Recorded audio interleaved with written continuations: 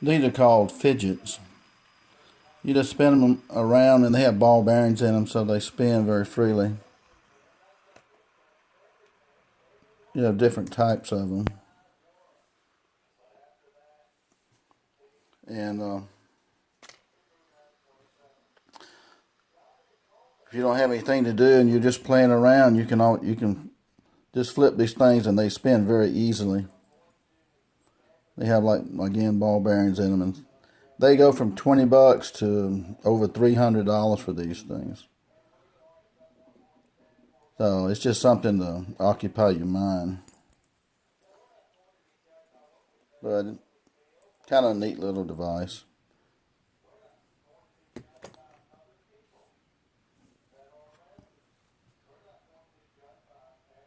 Take care, guys. Gary J.